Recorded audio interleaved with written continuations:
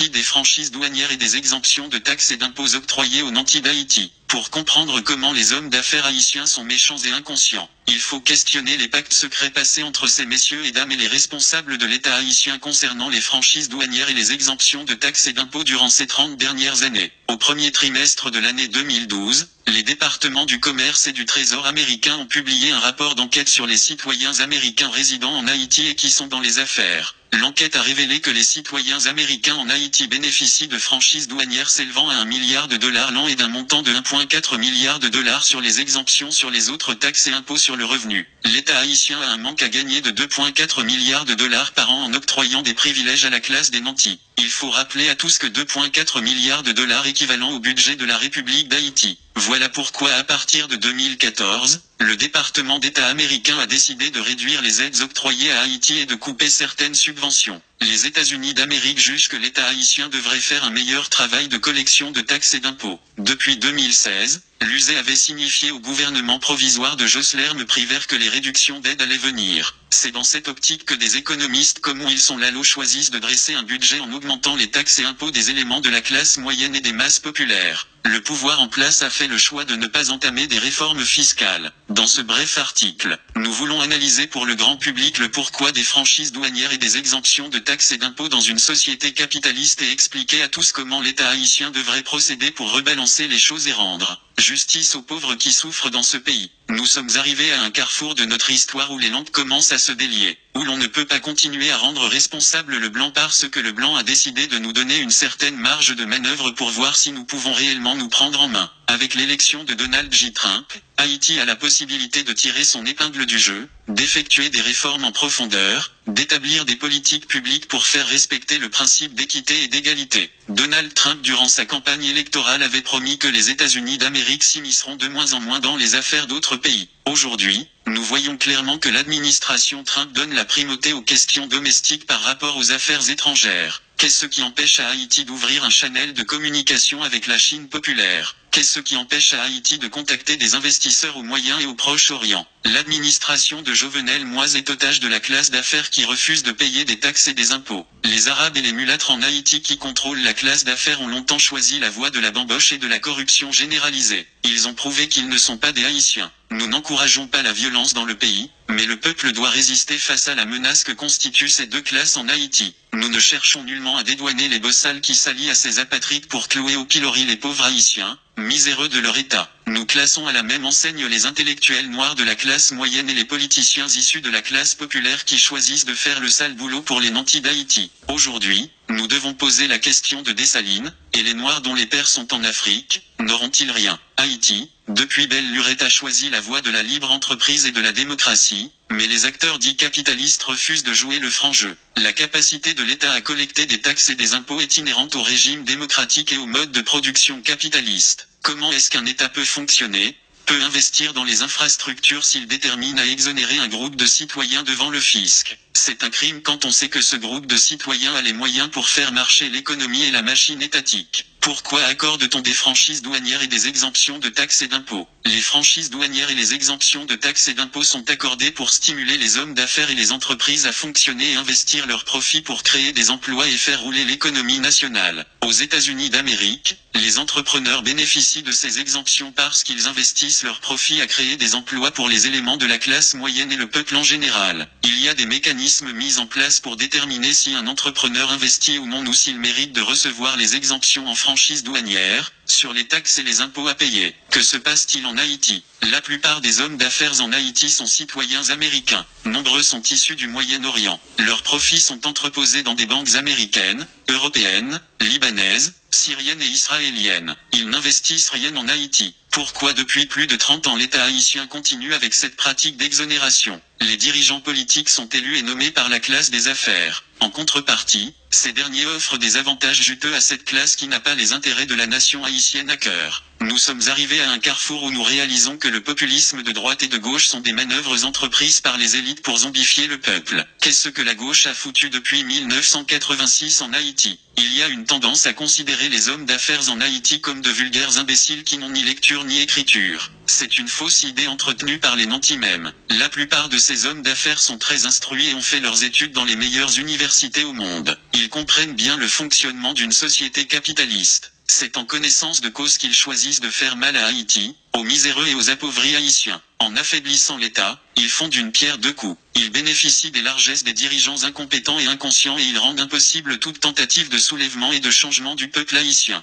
Ils encouragent de faux conflits dans le pays, ils arment des bandits un peu partout pour semer le trouble. Dans tout pays sérieux, quand l'État faillit à sa mission, ce sont les élites qui se réunissent pour restructurer l'État. En Haïti, ce sont les élites qui affaiblissent l'État même. Elles jouent sur la précarité et sur l'ego surdimensionné des gens pour établir un système de corruption qui fait leur jeu. Dans quel pays au monde est-ce qu'une bourgeoisie choisirait de fonctionner dans la crasse ? Les hommes d'affaires sont en transit en Haïti. Ils font de l'argent dans le pays, mais leurs investissements sont ailleurs. Ils n'ont aucun intérêt comme des crises cardiaques, des AVC, ils meurent avec leur argent en poche. Le problème avec ces messieurs et dames c'est qu'ils n'éprouvent aucun sentiment nationaliste. Leur maladie est devenue contagieuse puisque la classe moyenne tend à émuler leur comportement suicidaire. Nombre d'Haïtiens ont des médecins privés à Miami, ils envoient leur progéniture à l'école aux États-Unis d'Amérique, en France et au Canada. Même les leaders politiques qui devraient donner le ton rentrent dans ce schéma. Le grand malaise dans tout ce drame est qu'il n'y a pas d'homme debout dans le pays capable de renverser la vapeur. Les intellectuels comme Youri Latortue,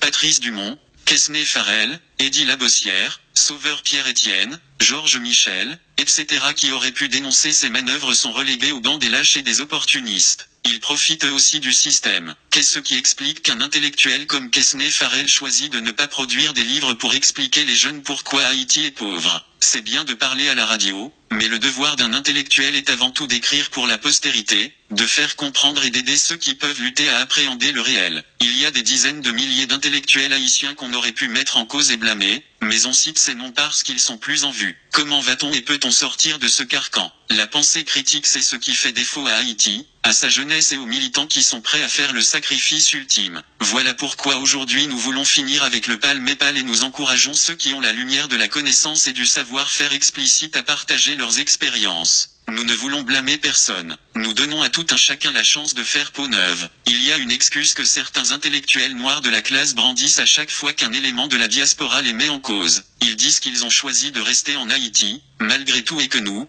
avons décidé de partir. Rester en Haïti est un choix calculé puisqu'ils font de l'argent, ils bénéficient dans une certaine mesure de l'ignorance de la masse. Certains économistes en Haïti et experts en sciences sociales sont assez aisés aujourd'hui et ils ne courent pas de grands risques à dire la vérité aux jeunes. L'opportunisme c'est tout ce qui caractérise le silence de nos intellectuels. Je sais que les réactions vont pleuvoir, mais aujourd'hui tout ce que l'on demande aux intellectuels noirs de la classe moyenne c'est d'être proactifs. Nous ne choisissons pas de tirer à boulet rouge sur les intellectuels vivant en Haïti et innocenter ceux qui vivent dans la diaspora. Ils sont tous à la même enseigne. Je dirais même que ceux qui vivent dans la diaspora sont beaucoup plus inconscients que ceux qui vivent en Haïti. Au moins, ils ont une certaine liberté et une certaine marge de manœuvre pour élever la voix dans le confort nord-américain et européen. À quand l'Haïtien éduqué et instruit finira par réaliser qu'il fait partie du problème? Je peux comprendre que la plupart des Arabes n'a pas de sentiment d'appartenance comme aurait dit Serge Beaulieu. Je peux comprendre que les mulâtres ont choisi de faire le Camp Gérard parce qu'ils comprenaient qu'ils étaient en position de régner en maître et seigneur après l'indépendance. En effet, ils se sont alliés aux généraux noirs et ont tué Jean-Jacques Dessalines, le fondateur de la nation haïtienne 211 après l'assassinat de l'empereur Dessalines. Que peut-on espérer? Nous ne cesserons de le répéter, l'ennemi numéro 1 de la République d'Haïti est l'ignorance, la violence, la peur, la médiocrité, l'égoïsme, la méchanceté, la haine et l'opportunisme. Aujourd'hui, les éléments de la classe des bossals sont aussi coupables que les arabes et les mulâtres qui constituent la classe des nantis. Nous devons avoir le courage de dire que nous sommes les Aignais. Nul besoin de pointeur X ou Y du doigt. Nous sommes tous coupables et responsables de la misère et de la paupérisation de plus de 9 millions d'Haïtiens. Qu'est-ce que nous allons faire pour dénouer ce nœud gordien? Je ne prétends pas avoir toutes les réponses, mais au moins j'agite les questions et je cherche à comprendre. Le président du Sénat Youri Latortue gagnerait en estime s'il cherchait à savoir à combien s'élève le montant actuel des franchises douanières et des exemptions de taxes et d'impôts octroyées à la classe des nantis. Le secrétaire d'État aux Finances Ronald Décembre devrait bien avoir ces chiffres prêts à partager avec les parlementaires qui disent représenter le peuple. Les économistes et les analystes politiques doivent poser des questions. Nous faisons semblant de ne pas voir et de ne pas comprendre. Et pourtant nous sommes assez instruits pour comprendre. J'aimerais bien que des économistes comme Quesnay Farrell et Eddie Labossière nous parlent du manque à gagner de l'État haïtien et du peuple haïtien dans l'octroi de ses franchises douanières et des exemptions de taxes et d'impôts. d'impôts. La séance tenue au Sénat de la République la semaine dernière sur les juteux contrats d'électricité ont permis à plus d'un de comprendre à quel point les élites économiques plumant la poule Haïti et sont véreux. Octroyer des privilèges à ceux qui peuvent payer et qui n'investissent pas dans le pays est un scandale. Certains vont me dire que les hommes d'affaires ont des entreprises ça et là. Je leur dirai tout de go que le système d'oligopole et de monopole qu'ils établissent dans le pays par la peur et la violence décourage la compétition. Qu'ils partent et plus d'un verront comment les bien-pensants finiront par prendre les choses en main. Ceux qui sont lucides et qui voient clair doivent avoir le courage de dénoncer le mal que nous vivons en Haïti et de réfléchir sur le comment construire une société juste et plus équitable où règne la primauté des lois. L'État haïtien doit fermer le robinet des franchises douanières et des exemptions de taxes et d'impôts. Jovenel Moïse doit cesser de jouer au sourd et à l'imbécile pour enfin assumer ses responsabilités de chef d'État. Il doit se mettre au travail comme chef d'État. Il y a des hommes qui ont l'expertise nécessaire pour mener des enquêtes et aider l'État haïtien à appréhender le problème. Il suffit de crier à l'aide. Nous demandons aux jeunes haïtiens de consentir des efforts pour se former. Grâce à Dieu, nous avons l'Internet et nous avons des moteurs de recherche. La connaissance est plus accessible aujourd'hui. Nous devons nous former et nous devons poser des questions. La justice élève une nation, la connaissance et l'amour véritable libèrent. Que Dieu aide les Haïtiens à se débarrasser des turiféraires qui les tiennent attachés à la misère et à la crasse.